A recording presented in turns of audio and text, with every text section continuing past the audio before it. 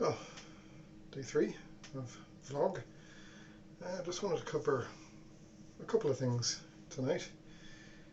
First being motivation, second being potential 4-pack or 6-pack, depending on a lot of different variations. So the first thing I'll cover is 6-packs. So everybody wants one, number one. Very few people get them. There's a few reasons for that. Could be number 1, genetics, number 2, diet, number 3, exercise.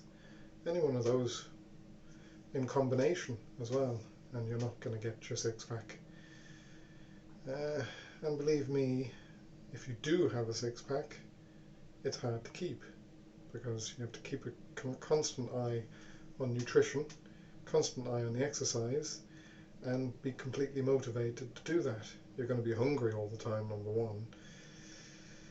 So it's a very, very hard thing to do, and the older you get, the harder it is. A lot of it as well is genetics. Arnold Schwarzenegger, probably the most famous person in bodybuilding, only had a 4-pack, not a 6. So genetics as well, you might not ever be able to have a 6-pack. You might not ever be able to have your abs show, ever. There are things called essential fats that your body needs to function. At that level of skinniness, of body fat percentage, are you getting enough fats? Essential body fats? Maybe not. People take off fat in different places on their body as well. So with me, the last place I'm going to lose my fat and the first place I put it on is around my belly button. For other people it's different. First place they put it on is maybe their upper part of their body, or around their legs and around their bum. It depends on your body shape as well, on where you put it on. So for some people a 6-pack is going to be easy, because they're going to put their weight on around their bottom part of their body. For other people like me, who put the weight on, first place they put it on is around the belly button, it's going to be near impossible. Now I do have abs, as my profile picture will attest to, but it's hard work. I have to do abs 5 times a day. Today, for instance, motivation was kind of at an all-time low. I had a headache going into the gym. I'd been asleep on the sofa previously, and I didn't really want to do it, but I did it. I did the minimum. I did 3 exercises on my abs, and I did 3 exercises on my back, and that was it. Now, on occasion, on a Wednesday, I would do 5 on my abs and maybe 5 exercises on my back, or maybe 3 and 5, or 5 and 3. It depends on how I feel. But this is the first kind of Wednesday where I've been kind of an all-time motivation low, simply because I had a headache. And I just did 3 and 3. And it took us 40, 45 minutes, 50 minutes max, and I was out. So, motivation. It's probably the key point in anybody going and going and going and being consistent. What is your motivation? For a start, it needs to be an objective that is possible. If you don't have an objective, no English today. If you don't have an objective that's possible, you're going to be striving and never achieving, and never having that point where you can say, yeah, I got that. So what's the point? You're going to lose it eventually. So have an objective that you can reach, that you can get to. So little steps. Don't have this big huge thing where I'm going to get down to 4% body fat. Don't let that be your objective, because very few people get to that, and for some it's impossible. So don't let that cloud your motivation. Have little steps, little bits of motivation where you can say to yourself, great, I've achieved something. And then go to the next one. Great, I've achieved that. And then go to the next. So that you can progress and have a continuous motivation.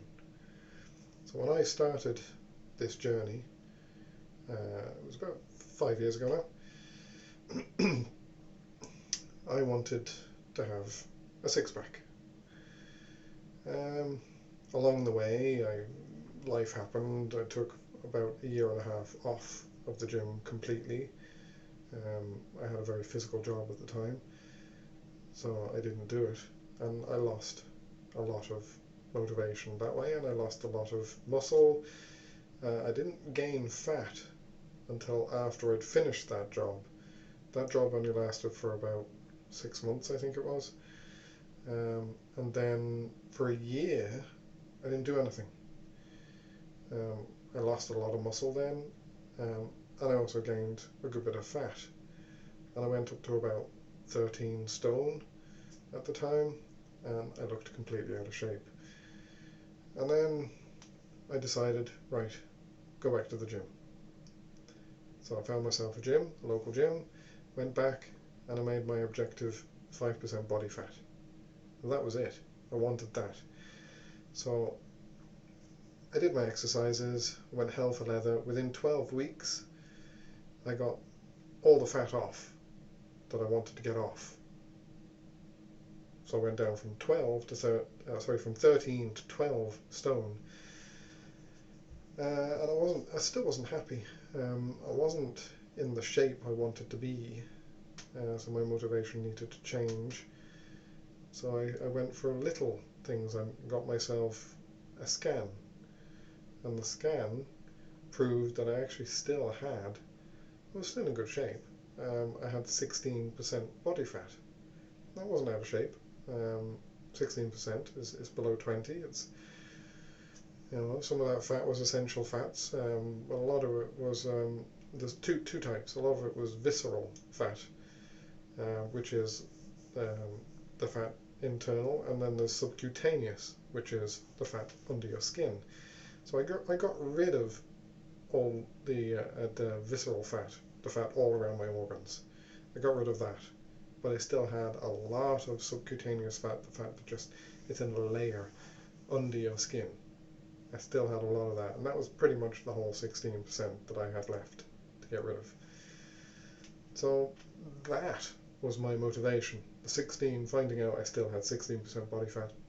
I still had 11% to get down to 5. So again, I changed everything. I didn't just do my exercises, I changed my nutrition. I'm not going to call it diet, because it's not diet. This is nutrition, eating no sugar, staying away from sugary items like sugar itself for a start, even brown sugar. And I made an excuse that brown sugar was okay. It's not. It's still sugar. Staying away from soft drinks, even Diet Coke, because Diet Coke has that aspartame in it that will affect your gut and that make your food that you're eating less easy to digest and less easy to absorb. The more good bacteria in your stomach, the better your system will be at digesting the food and breaking it down into the parts that it needs. So aspartame kills the good bacteria, so I drank less of it. Eventually, I haven't drank it in a while now, and I actually take a probiotic and a prebiotic in with it as well, and that's improved my gut no end, and now I'm pretty much where I should be. I got a second scan then, I think it was 12 weeks later, and I was down to 7%. So I got rid of 9% of my body fat. And then again, I did another, not a scan this time, I did a caliper test. It was a 7-point caliper test around different parts of my body, and you download an app, look it up on the app, and you find out what your body fat is. And it was in and around 5%. So I got there. Um, I've gone up a little bit now. I'd say I'm pretty much in and around maybe 6%, in and around there. I'm lower than 7, I know now, because I've got more visible abs than I had when I was 7%. So, kind of covering the two there, motivation and abs. You're not going to be able to live with a six-pack for a start. That's the truth. Very few people want to live with a six-pack because you're going to be hungry all the time. You're going to crave all the time. It's not. Shredded is not easy. And it's not doable for a lot of people either. It's not something that anybody really should do for a long period of time, because you're not giving your body what it needs to survive. You need those essential fats to survive. Women need more essential fats to survive than men. So it really isn't doable. So that's kind of covering two things really, motivation and abs. So that's me out for the night. Bringer of bad news, I'm afraid. Six packs maybe for a little bit. It's attainable for a lot of people, but nope, not forever. Good night.